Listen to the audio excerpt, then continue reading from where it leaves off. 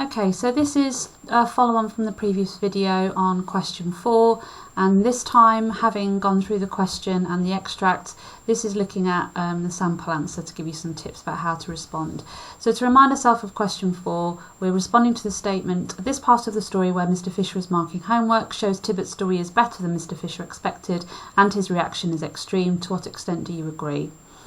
So we know we're responding to this idea, whether the story that Tibbett wrote was better than Mr. Fisher expected and whether his reaction is extreme. So we've got two things we need to respond to there. We've had a look at the extract and made some decisions about what we're going to comment on and how we're going to agree or disagree. So this is to look at an example, few paragraphs to explore the content of each paragraph and where we might meet those assessment objectives. So let's read through the first paragraph. Mr. Fisher does in fact expect something decent from Tibbett, so whilst I would agree that the story is better than he expected, Fisher did suggest he saw a spark in the boy that implied his story might not be as bad as the others. The metaphorical spark in him connotes that Mr. Fisher obviously has spotted talent in Tibbett. This talent is modified by Fisher's criticism that he was not a brilliant scholar, and the word scholar suggests that none of the boys quite live up to Fisher's nostalgic view of writers of the past. So what have we got here? Well, first off, we've got a response to the statement and whether we agree or disagree. So we've clearly stated in this paragraph that we are agreeing, yes, to some degree, that the story is better than Mr. Fisher expected. We've embedded quotations, and, well, we've embedded that quotation in particular, and then we've gone into detail, exploring the writer's method, the fact that this is a metaphor, what does it connote? So what we haven't done is said the writer uses a range of different techniques such as, which we shouldn't do. What we should do is go into specific detail in the language of a particular quotation. So we've got metaphorical spark, connotes, and we've explored that connotation of the idea of spark in relation to the question. Later on, we've also gone into detail about this word scholar and what it implies in terms of Mr. Fisher's expectations. So that's the first paragraph to question 4. Second paragraph, again linking to this idea of whether Mr. Fisher expected the story to be as good as it was. Mr. Fisher does continue to mark the story, even though what is outside, snow, and the routine of his small life, home, dinner, bed, is more attractive to him than the books in front of him. The fact that he is at this point still more interested in what's outside or at home indicates that he still does not expect much from Tibbett's work. So we're very clear about where we are, what our opinion is in relation to that statement. The deep breath the writer foregrounds tells the reader that Mr. Fisher is both hopeful but also fearful that his low expectations will be proved right yet again. So we've incorporated embedded quotations here in response to that statement about what he expected of the story from Tibbett, and we have gone into detail, zooming in on a particular quotation with the terminology, the writer's methods, and what the effect of that is. So that's the second paragraph.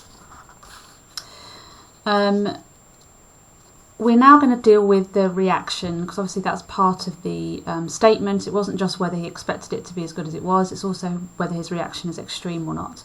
Mr. Fisher's reaction to Tibbett's work is arguably understandable, though it is also rather extreme. The writer creates the dramatic reaction in referring to the trio of verbs quickened, stopped, quickened in Mr. Fisher's breathing, which suggests the story is having a physical effect on the man. Perhaps his breathing echoes the pace and excitement of Tibbett's narrative.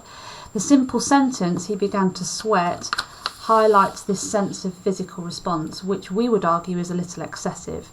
The juxtaposition between the fast-paced initial reading and the rereading very slowly shows how dedicated Mr. Fisher is in his attempt to devour Tibbett's story. So back to the first part of this paragraph. We're clear we're talking about the reaction that Mr. Fisher has to Tibbett's work, which is part of that statement. We've got a trio of verbs, a bit of terminology in there, quickened, stopped, quickened, and they're exploring the effect of that, which is to suggest that the story is having a physical impact on him. We've also got another focusing on a writer's method, simple sentence, he began to sweat, and we're exploring what that quotation implies. What's the effect of that?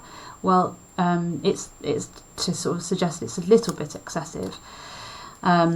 The juxtaposition, another writer's method there, between the initial reading and the rereading. What does that suggest? What does that imply? What's the effect of that? So So you should be hearing in the analysis of these paragraphs the same principles really. Making the point in relation to the question, embedding quotations, using writer's methods and examining the effect of that. What's the impact? What does it suggest? So this is the final paragraph indicated by this connective and or this topic marker, and we're again looking for those ingredients in this paragraph. Finally, the writer uses a metaphor to explain how important the story is to him, how unexpected. The metaphor of the prospector who takes off his boot and shakes out a nugget of gold underlines how Mr. Fisher feels at this point. He did not expect to find something so original in his pile of marking, and it is likened to that point where you are about to give up when something arrives to change your mind. It is clear that Mr. Fisher... where are we? It's clear that Mr. Fisher knew Tibbet was better than others, but did not ever expect something so wonderful. His reaction, whilst extreme, shows the consequence of being without a decent piece of marking to mark for so long. So we've connected our paragraphs, we've identified a writer's methods, the metaphor, which we've quoted here, and then we've explored what it suggests and the impact of it in detail. And we've mentioned the fact of whether we think it's extreme in relation to the question. So you'll notice the length of these paragraphs. What we're not doing are paragraphs like this, where we're attempting to summarise what's going on in the story. That's not what we're focusing on. We've got a statement to agree, disagree, or offer a balanced view on, and we need to expand and develop our paragraphs using those ingredients to really explore this idea of inference and meaning and effect using the terminology. Okay, thank you very much.